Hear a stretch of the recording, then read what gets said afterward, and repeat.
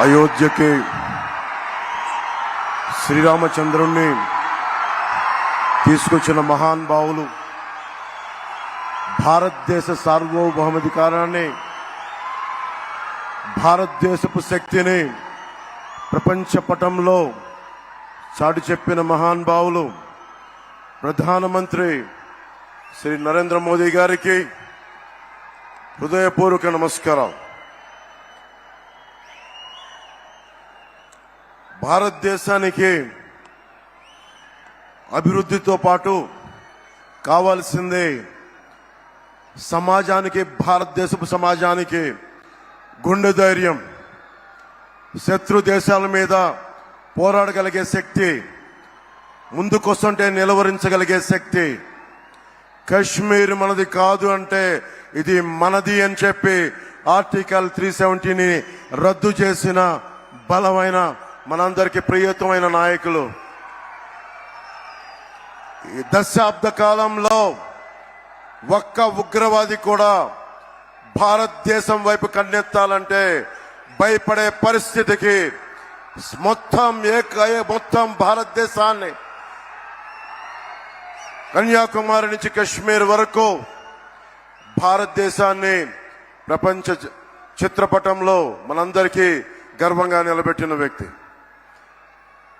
శేషేంద్ర గారి కవిత చదువుతున్నప్పుడు నాకు నరేంద్ర మోదీ గారు గుర్తొస్తారు. సముద్రం ఒకరి కాళ్ళ దగ్గర కూర్చొని మరగదు, పర్వతం ఎవడికి వంగి సలాం చేయదు, తుఫాను గొంతు చిత్తం మనడం మెరగదు.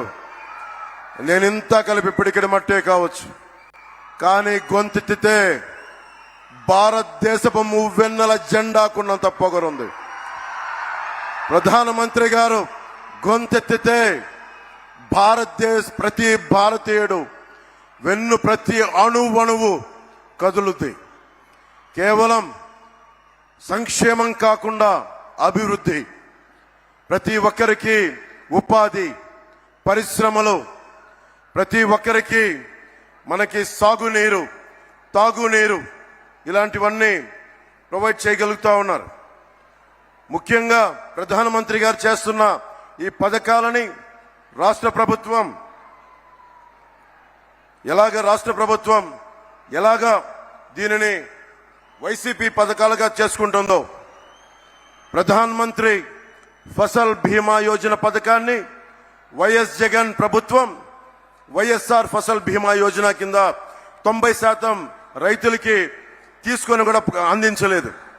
ప్రీమియం ఇవ్వకపోవడం వల్ల ప్రధానమంత్రి గారి బీమా యోజన పథకాన్ని పేరు మార్చి కూడా ఇవ్వలేదు. ప్రధానమంత్రి కిసాన్ సమ్మాన్ నిధి నుంచి, ప్రభుత్వం నుంచి నిధులు వచ్చినా కానీ దానికి తగ్గ నిధులు ఇవ్వకపోవడం వల్ల రైతులు నష్టపోయారు.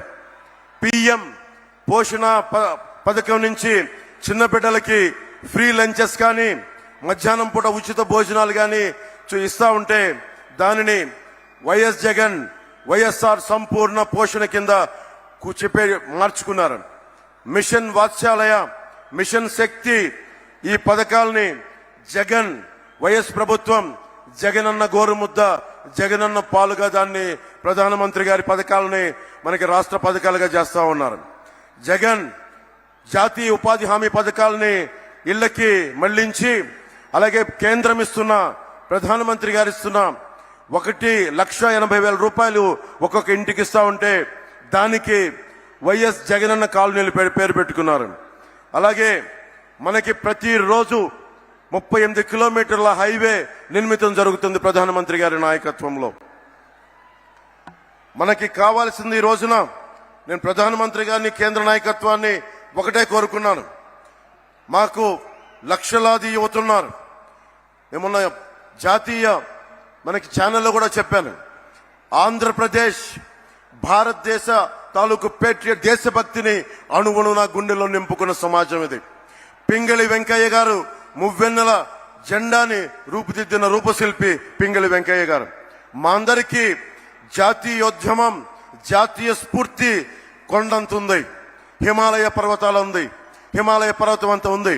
మేము కోరుకునేది కూడా ఈ రోజున, ఎందుకు అలయన్స్ మేము కోరుకున్నాం, ఎందుకు ప్రధానమంత్రి గారి ఆశీస్సులు ఈ కూటమికి కావాలి. మనకి టీడీపీ జనసేన కూటమికి ఎందుకు ప్రధానమంత్రి గారి ఆశీస్సులు కావాలి అంటే మొత్తం వికసిత్ భారత్ ఉంటే, మొత్తం భారతదేశం అంతా అమృత గడియలుంటే, ఒక ఆంధ్రప్రదేశ్ లోనే వైఎస్ జగన్ పాలనలో విష గడియలు. ఎటు చూసినా ఇసుక దోపిడీ, ఎటు చూసినా మట్టి దోపిడీ, ఎటు చూసినా స్కాములు.